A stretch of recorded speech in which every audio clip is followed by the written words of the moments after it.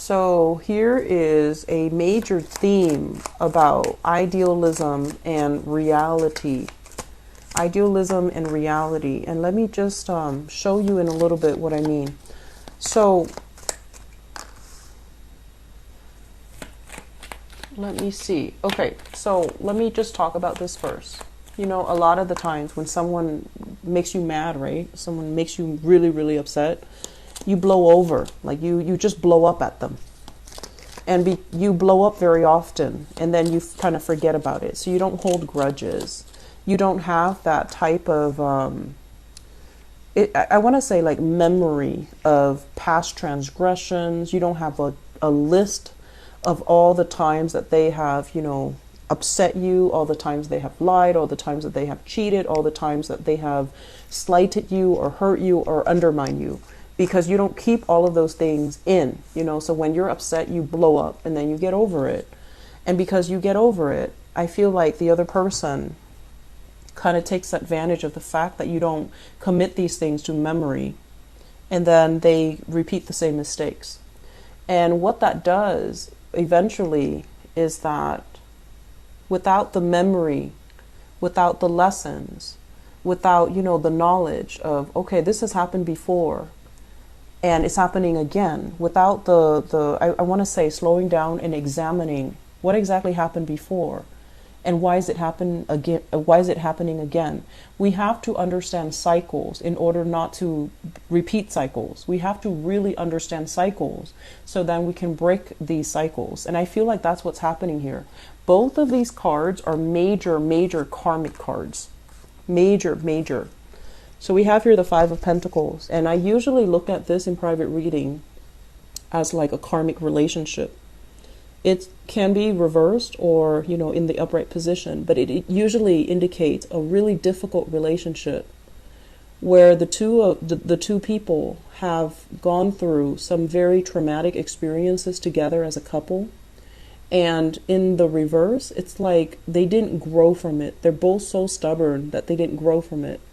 In the upright position, they're growing from it, and the karma is no longer there because they have grown.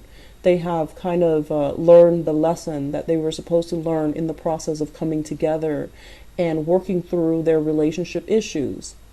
But in the reverse position, it indicates to me retrenchment, not learning, refusing to learn, refusing to accommodate, and refusing to put yourself in your partner's shoes and seeing what they're seeing, okay?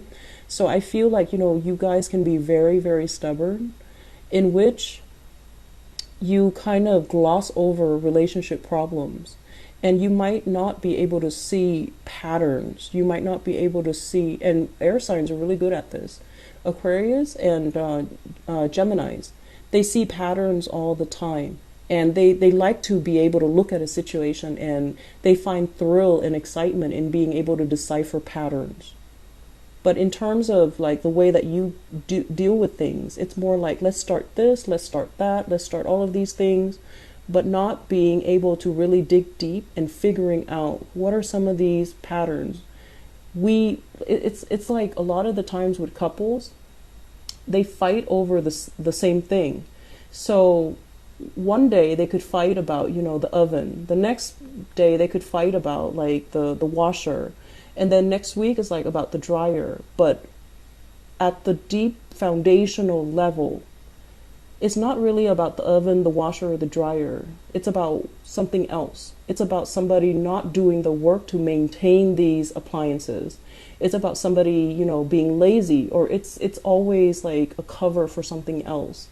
So I feel like when you and your partner argue, you think it's about this, it's about that, it's about something else. But it's all pointing to the same problem. And you're not really addressing these problems. You're kind of glossing them over, okay? So where I'm going with this Five of Pentacles, this is like not learning, not progressing. With the Six of Pentacles as well, this is a card greatly about generosity, okay? But I also feel in the reverse position, it's almost like wanting to, you know, play savior to another person. Feeling a little bit like pity for the other person and wanting to make yourself like martyr to help the other person, to prop the other person up, to kind of like mend their broken wings, and then hoping that they'll thank us, hoping that they'll appreciate everything, all the sacrifices we've made for that person, and then they'll stay with us and love us forever and ever and ever. So I feel like there is this deep kind of twisted sense of dependency. And I feel like using dependency, using somebody's need as a crutch to allow them to stay, or to, allow them to fall in love with you. So this can operate, in both direction. Somebody has been doing this to you, kind of like feeding into your sense of pity, or you are doing this to somebody else, hoping that, okay, they'll see all the sacrifices I made, financial and sacrifices, resources, whatever it is, and they'll appreciate the gesture. But a lot of the times when we give, right? When we give and when we care and when we want to dole out resources, we need to be able to come to the point where we give it freely without strings attached, in a very innocent way. So this is about true generosity. This is about giving because we care about the other person. We want the other person to be okay. We don't expect anything in return. And this is more about, giving with strings attached, giving with a hidden agenda. So I feel like you were dealing with somebody like this, or you yourself were exercising these unhealthy behaviors in your relationship. And because of that, the relationship did not work. And I feel like some of you, there is a sense here about dealing with somebody who's really, really intelligent, okay?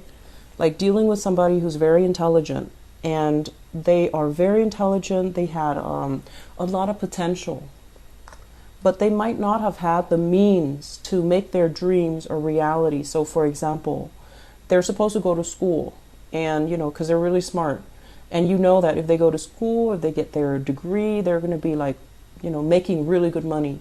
And so you nurture them through the education process.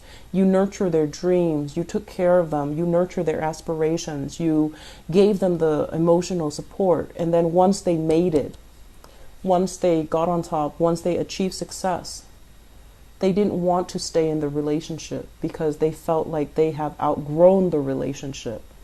And it's a natural progression of things. People do outgrow each other.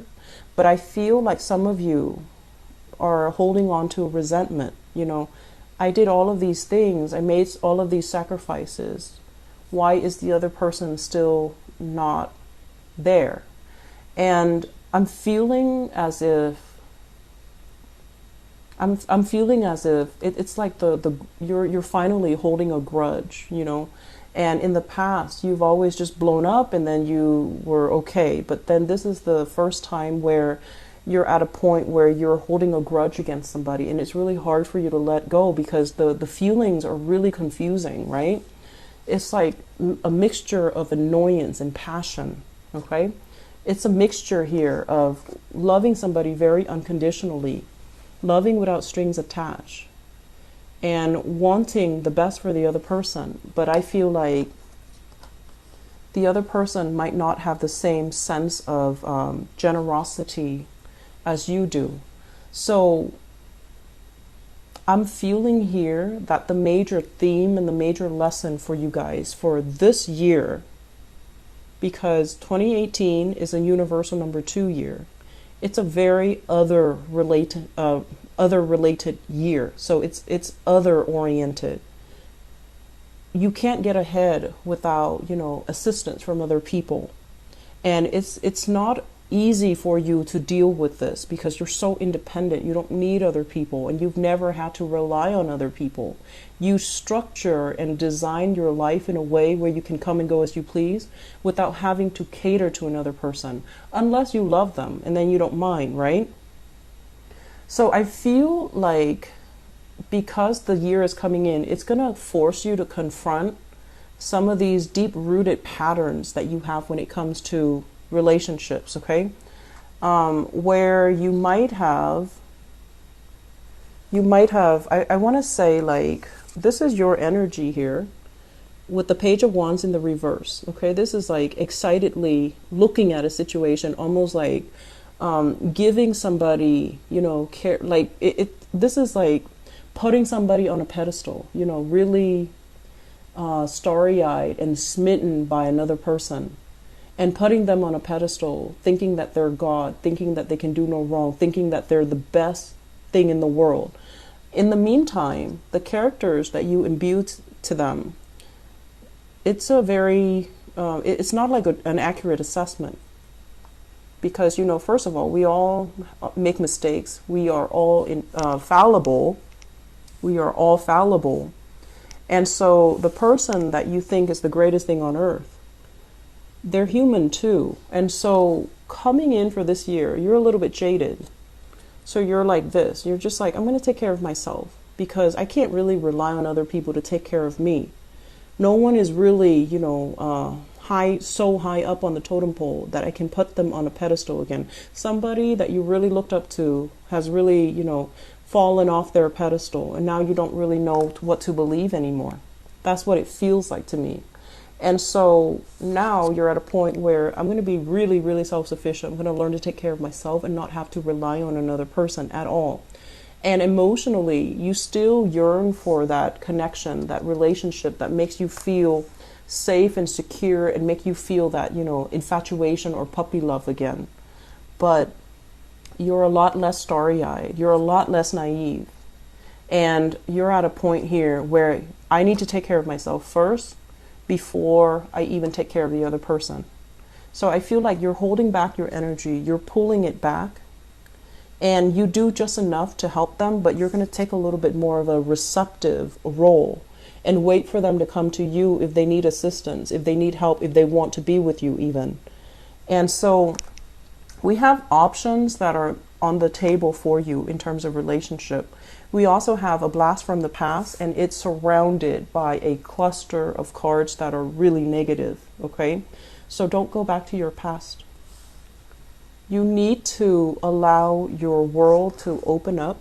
You need to allow it to open up so that you can start dating again. And January might not be the right time. So I feel like you're dolled up, ready to go. Looking really attractive, really, really pretty, waiting for Mr. or Mrs. Right to come into the picture for you. And the timing is going to happen for you. But it just feels to me like January, there are some karmic issues that we need to think about. We don't need to engage in it or engage with that person, but we need to forgive ourselves more than anything. And then we need to relinquish that person, that situation. And I feel like doing that is going to free you up energetically for new things to come into the picture. Okay? One last thing, Aries. I'm seeing a lot of people on social media.